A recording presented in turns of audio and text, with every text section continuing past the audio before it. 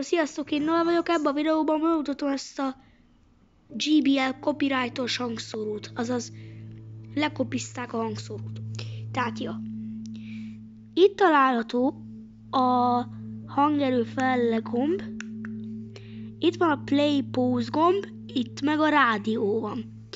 Szóval, ja, itt vannak a csatlakozók, fókusz, ott a bekapcsoló gombja, amit meg is nyomunk. Ez hangos lesz. Ilyen hangos. Bluetooth mode. Azt mondja a néni. Lehalkítom.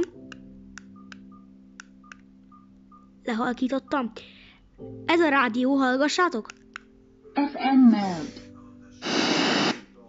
AUX mode. Ez a rádió. Az a rádió. Ez a hangerő felle.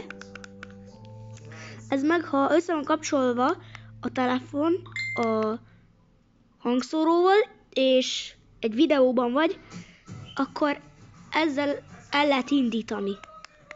Tehát, ja, ott a bekapcsoló gombja, ott egy ilyen kis LED, fókusz, ott vannak a csatlakozók, ott meg egy kártya tartó van.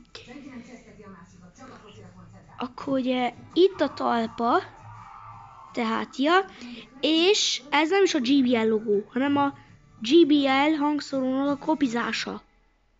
Tehát, ja. És ugyanúgy ez ilyen benyomós, szóval, ja, és ilyen benyomós. És még kapunk hozzá a csomagba egy ilyen USB-C kábelt, amikor lemerül ugye a hangszóró, ezzel fel lehet tölteni. Tehát, ja. Tehát, ja. Ezt bedugod. Ezt bedugod mondjuk abba a pici lyukba. Tehát, ja. Abba a kis lyukba beledugod. Halljátok? Miért nem megy bele? Hát akkor az hogy? Tudjátok ma? Hát miért nem megy bele? Mindegy, picit belement, akkor azt így kéne.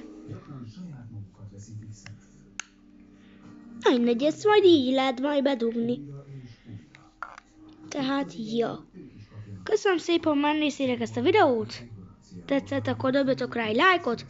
Következő videóban találkozunk, addig is sziasztok!